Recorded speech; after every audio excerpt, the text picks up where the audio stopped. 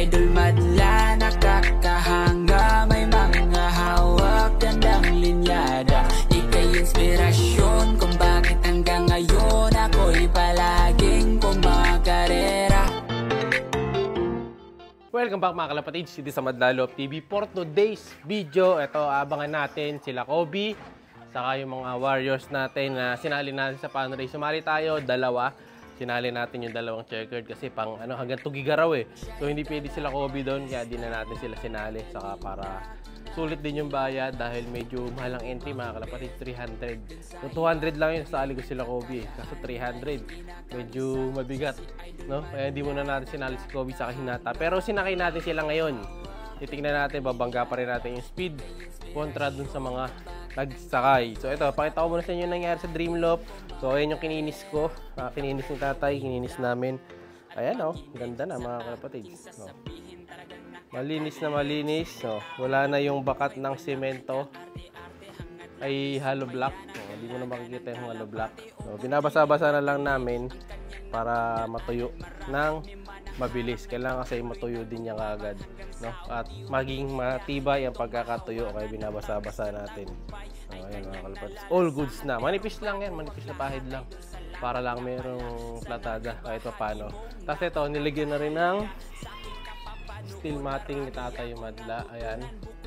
Sa kabila ayun din. May steel matting na rin. Ganda na mga kalapatids.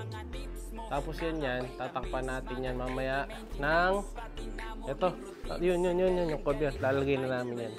No? Tatakpan na to. Pero hindi halata mga kalapatids, no? Na may matting na. So yan yung magiging kabuuan ng kulungan sa kabila. Yan. Abangan nyo na lang sa next update yan mga kalapatids. Pero for now, ito akyat muna tayo para abangan yung mga warriors natin. Hopefully, pag-clock tayo ng maganda. Dito na tayo sa taas ngayon mga kalapatids. Grabe, sobrang init sa mata. Ayan o, napaka-init mga kalapatids. Ang aga-aga pa. Time check, 8:03. Kailangan 8:04 dumating yung ibon natin eh. Parang sa speed na 1.3. Ito na, meron na isa. Jam, ito na sa likod. Ay, nandito na pala si Kobe. Ayun o, lumanding. Si Kobe, ayun na. Ito, sa taas ata ito. Ito si Hinata. So, check natin.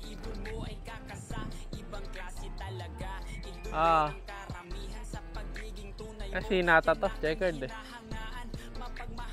Yan.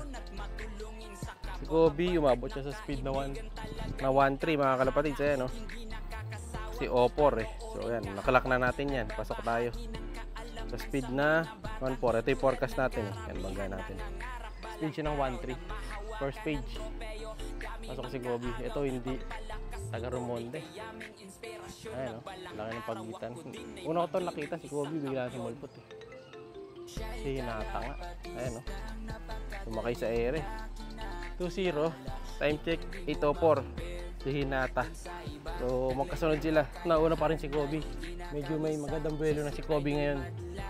Speed ng 1.3 si Kobe. So di bale, ang importante mga kalapatids, nandito sa taas na dalawa. So hindi naman kailangan super bilis dito. Kailangan yung pumapasok man lang ng 1-1. Dahil hanggang Tugigaraw na mataubusan na dun eh. Maganda laban. Wait lang natin. Sana pumalag yung dalawang checkered ko. Pagkatapos na ito, diretso pa abangan doon naman sa kabilang club mga kalapatids. Kung saan hihintayin natin si Grisel na dumating na yung certificate. Papakita ko na lang sa inyo mamaya. Ito, ayan o. Mapauwi na yan mga kalapatids. Hindi nauna ngayon yung isa, no? Yung checkered natin. Ayan, kita nyo, naunahan natin yan, no? Yung mararaming dumadaan, no? Yan ang senyales na mabilis yung ibon natin. Naunahan natin siya eh. Ayun o, yung mga malalayo. Naunahan natin eh. Yung mga nasa kalangitan, yung mga paparating na yan. Kailangan naunahan natin lagi yan. Pag pampuling. So, kung pulling birds kayo, dapat yung mga pulling birds mauna sila dyan.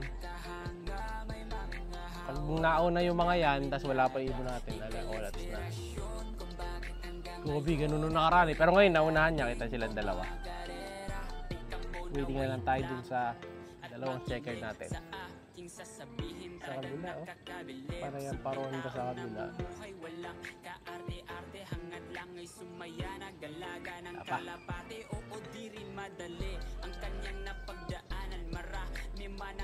Ayan, dami mga kalapatids, oh. Isa direction lang eh. Dito lang gagaling. Medyo hindi lang sila nakikita agad dahil medyo ano dito.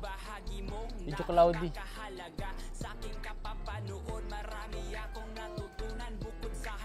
Ito pa, oh. Isang grupo. Sa atin kaya, tingnan natin yung dalawa na to. Hindi pa sa atin. Hindi bibig to eh. Negative. Wala pa. Mga checkered. Wait natin. Yung nakamo mga kalapatid, yung siya nating nihintay na ibon. Si Kalawang, ayan oh. Hindi ko nakita ang landing niya. Kahit ako na lang nasa bubong na eh.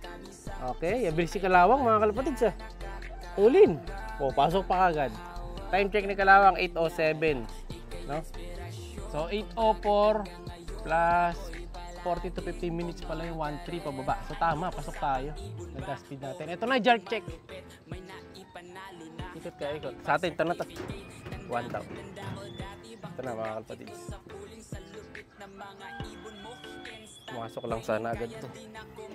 Tago na.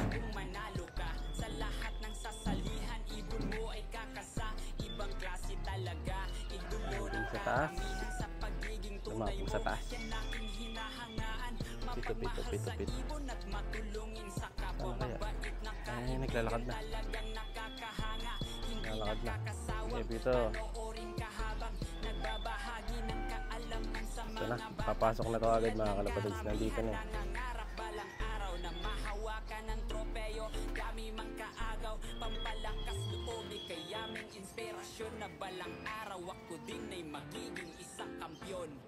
Dark check. Who are you? Ano, baka magdalo pa to. Ayan. Oh, ito yata yung bumababa sa baba. Okay, landing board. Ayun na boy, trapdoor. Sok. Sige, sok. Pasok boy. Pasok.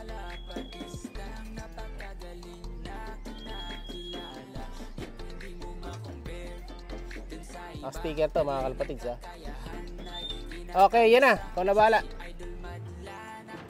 1-0 para sa pan race. Ang galing ni Kalawang. Overtake mga kalapatids. Third bird. Usay. Ito yata yung isa. Ito na isa. White flight. Di sa atin. Ito checkered. Ito isa. Parating na rin yung isa. Ito. Sa bubong na isa mga kalapatids. Kaso ito yata may trust issues. Wait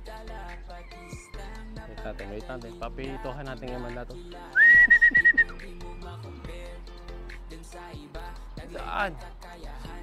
Can't see.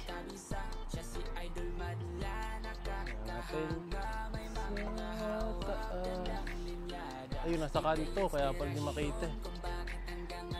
Ayun na mga kalapatids. Nasa bubong na siya. Ito nga yung may trust issues. Ayan o. Wait natin lumanding to. Makulit to. Last bird natin mga kalapatids yung checkered. Problema yung sa ayaw pang pumasok. Ayan o. Yung lalaki. Yung checkered. Alright. Kompleto na sa likod. Naunahan pa ni Kalawang to ah. Yung isa ito pa o. Kulit na ito. Time check 15. Pambihira talaga yung kulit niyan mga kalapatids. Kita nyo. Pumunta doon sa kabila. Doon na huliin to. Time check 24. So abangan na nung sa kabila mga kalapatids na club. Nandun na pala si Madlato. Siya na magtutulak. Dahil waiting na tayo kay Grisel mga kalapatids.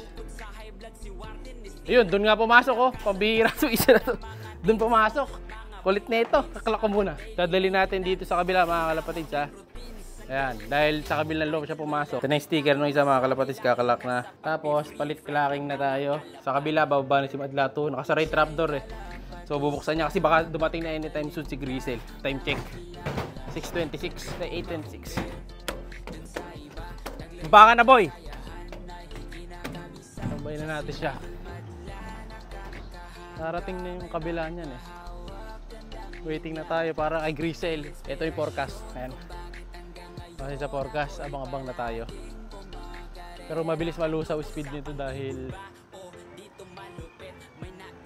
malayo, 180 kilometers na. Pero last lap na to nung isang fan race.